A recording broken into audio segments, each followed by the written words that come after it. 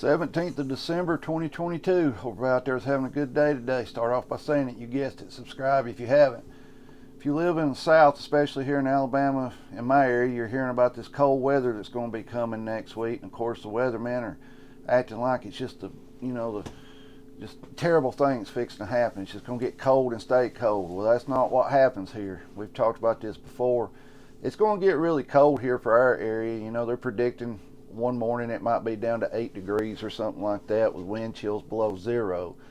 But what people need to remember that the weathermen are, trying to make you panic over, this is not going to get that cold and stay that cold. We might have 2 or 3 days of this cold weather, that'll stay around for a little bit, and then we're right back 50, 60, 70 degrees. So, I mean, but you need to be prepared for what's coming. Now, what's going to happen in my area, you're going to have a lot of people that has frozen water pipes, things like that happen. You need to leave your water dripping, things like that, to try to prevent your water pipes, seal any cracks that you find in your house, things like that. But you need to be prepared for a possibility of the power outage. If we do get some rain that turns to ice or something like that, you'll have power lines that go down. You'll have more people at home during this time because of the Christmas holiday. A lot of people will be off work during this time. If you're using propane to heat your house, you need to make sure you got plenty of fuel on hand to heat.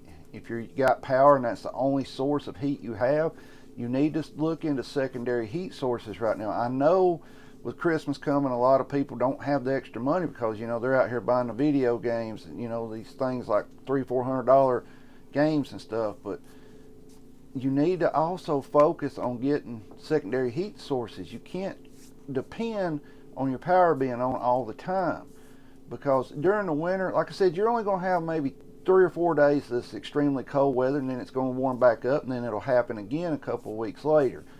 But what are you going to do during those 3 to 4 days when it's cold? If your water freezes, if the power goes out, and the only way you have to heat your home is electric heat.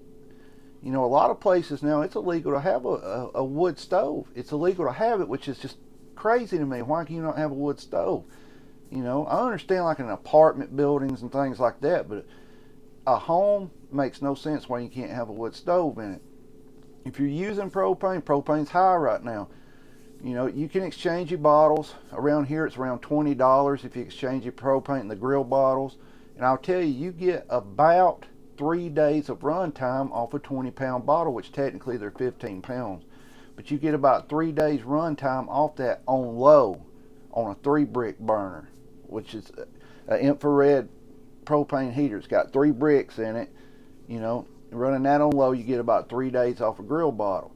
Now with this cold weather coming, you're going to have to run it a little bit higher, so you're not going to have as many days on it. You need to make sure that you got your propane tanks full, things like that if you're using propane. Some people have the big tanks outside, the company comes by and fills it up either once a year or something like that, or monthly or something like that.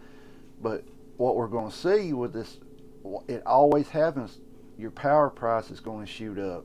It always does. When a cold snap comes, your power bill will get a little bit higher. It's not because you're running more stuff. What it is, in my area, if it's really hot, they charge you more per kilowatt. If it's really cold, you get charged more per kilowatt. And of course they'll say it's the demand, but technically, you know what I'm talking about. They're going to pinch every penny they can get out of you for that. But here in the South, we lose power, during ice storms and things like that. I'm sure you do up north too. But y'all are more accustomed to it. They can get out there and get to work on it quicker. Around here, it takes a little bit of time to get them rolling, to get everything going again. But they do get it fixed and get it back up. The importance is to have a secondary heat source, secondary light source in your home, things like that.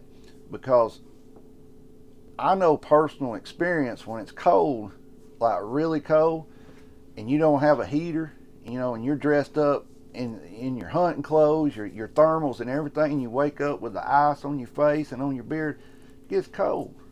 It's a little unbearable for some people, but like I've told you before, I don't mind the cold weather. I prefer it. If it's above 60 degrees, I'm sweating like I've been standing in a river all day. But when you get down to it, what's going to happen this week? It's going to get cold here in Alabama. It's going to get cold in the South. But you got to remember, it's not going to get cold and stay this cold no matter what the weatherman's warning you about, and telling you that, hey, we're going to get below zero. That's just one day that they're showing right now that it may get below zero with a wind chill. Single digit lows. It's like a 2 to 3 day deal right around before Christmas. It's going to get this cold, and then it'll start trending back up warm. But you need to make sure that during this time that you do have secondary heat source in your home if you're running electric heat, because anything could happen during this time. Down here, if they're predicting rain the day temperature starts dropping. We could see freezing rain. We could see a little bit of snow out of this. But the main thing, most important thing, is to make sure you have secondary heat source, secondary way to cook in your home, things like that. And winterize your home. You got a few days here if you haven't done it yet because the weather hadn't been that bad or that cold here. If you got a few days here that you can get some things winterized. Of course, that stuff's high now. I know, I've looked at it myself.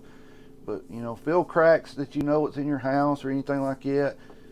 Drain your faucets outside, things like that. Just try to prevent as much problems as you can from this cold, because this is what it's called in the South, pipe busting weather. Your pipes will freeze and bust. But everybody stay safe out there. Don't panic over this cold weather. It's not going to get this cold and stay this cold here. I'm telling you, 2 or 3 days, and then we're going to be right back to where we was before this. But get prepared for it, because you don't want to be the one sitting there with no way to heat if the power does go out. Stay safe out there. Keep your head on a swivel. Be aware of your surroundings at all times. Protect yourself and your family at all times. You're not safe anywhere in the world anymore. If you're still watching, hit that subscribe button. Everybody have a good weekend out there, and get prepped up, get prepared. The cold is coming, but it's not going to last here where I'm at in Alabama. But be prepared for when it does get here. Stay safe, get prepped up.